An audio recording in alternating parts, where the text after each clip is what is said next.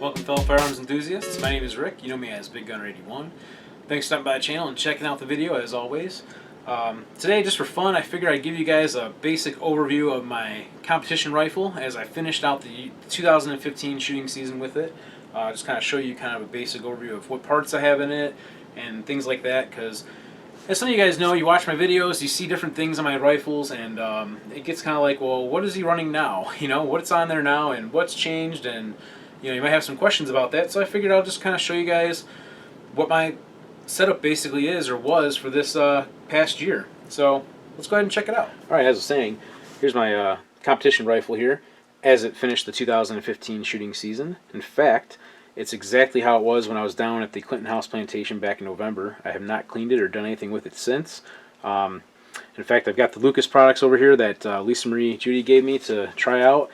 And I got to tell you that so far I'm very impressed with them, and I'm going to be cleaning this rifle, and I'll probably make a video about that later on for you guys to see how well those products work. I mean, they're really nice. We used them a little bit when I was down there cleaning shotguns and stuff, and I'm pretty impressed, especially with the gunmetal polish, by the way, for cleaning brass. It really does an awesome job. But anyway, back to the rifle.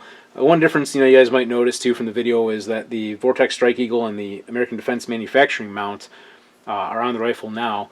Well, you also didn't see stage 1 from that event, and that was I didn't have my optic here zeroed in, so as I thought it was zeroed in anyway.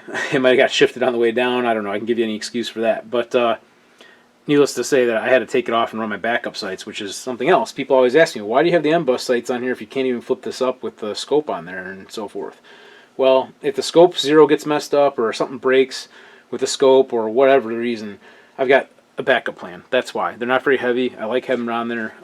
And in fact, they came in handy when I was down in South Carolina. I could have ran someone else's rifle, but I'd much rather run my gear that I know and I'm used to when possible. So in that respect, I was able to just flip up my sights and run at it just with that.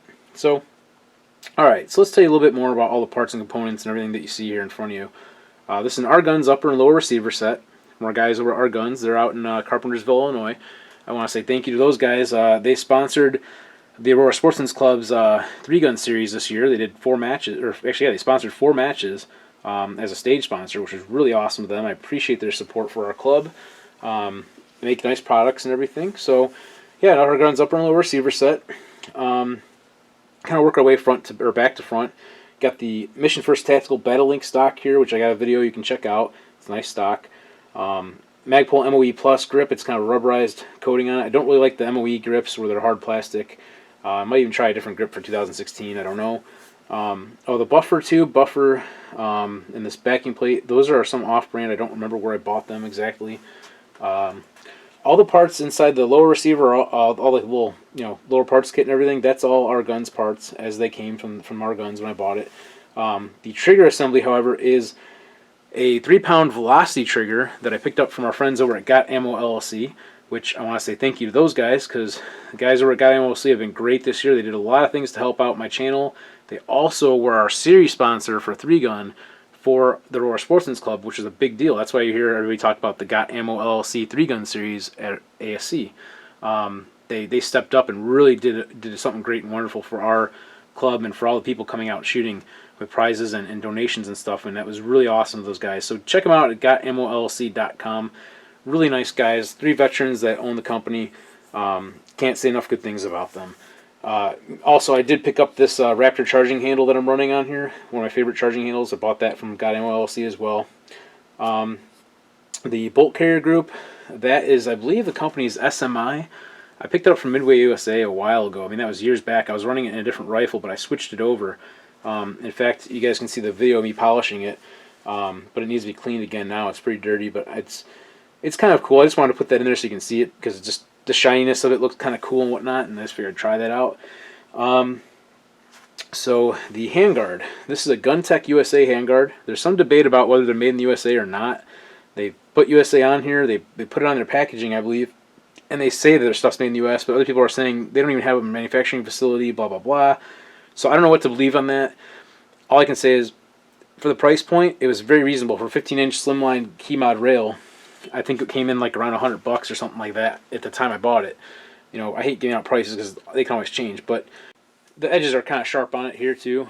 You know, that's one of the downsides, which we may have that taken care of pretty soon. I don't want to say too much, but we might be doing some Cerakote to it and some other bigger changes to my competition rifle for 2016 with the work of a new sponsor that we're kind of working with right now. We'll kind of see how that goes, and I'm really looking forward to it, and that'd be kind of neat. So, yeah, GunTech USA key mod rail, I still would recommend it regardless if they're US or overseas, even though I'd rather be buying US stuff.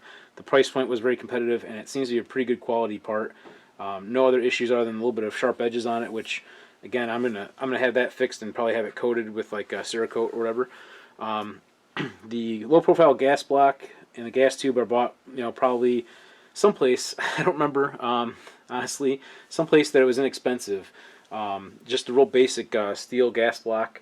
Not an adjustable one. I do want to get an adjustable one at some point in time in the future, but we'll see how that goes. It's on the list of wants, not the needs, I guess, right now.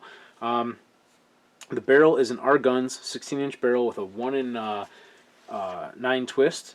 I may change the barrel out at some point in time in the future. I just don't know how that's going to go yet. But it's been really accurate for me, and I've been really happy with that. I mean, I can't complain at all. The last thing you might notice is the Reifenbark Armory Sound of Madness.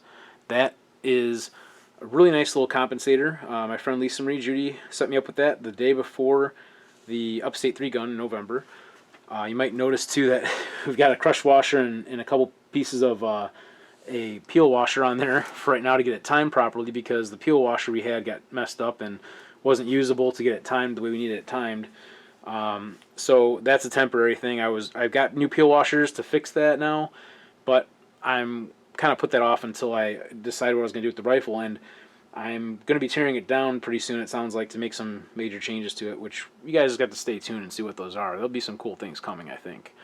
Reifenbark Armory, I got to say thank you to Lisa Marie again and Reifenbark for sponsoring her and everything and getting me set up with that compensator. That was very cool of them, and them both, you know what I'm saying? Very generous, and really happy with that. It's a nice compensator, like I said, and look forward to using that in 2016 as well. Yeah, not a whole lot else I can say about it. Pretty much that's my setup, and you know, hope you guys enjoyed my little overview of my rifle and what I used for my competition this year. And again, for defensive purposes, I got my Colt LE6920. That's my go-to keep it simple rifle. You know, the KISS. Iron sights, you know, only, no optic or anything, you know, the heavy duty grab handle. Anyway, that's what I use for my defensive stuff, and this is my game rifle, if you want to call it that, my competition rifle. So, thanks guys for watching, hope you enjoyed it, and until next time, go out and have some fun shooting.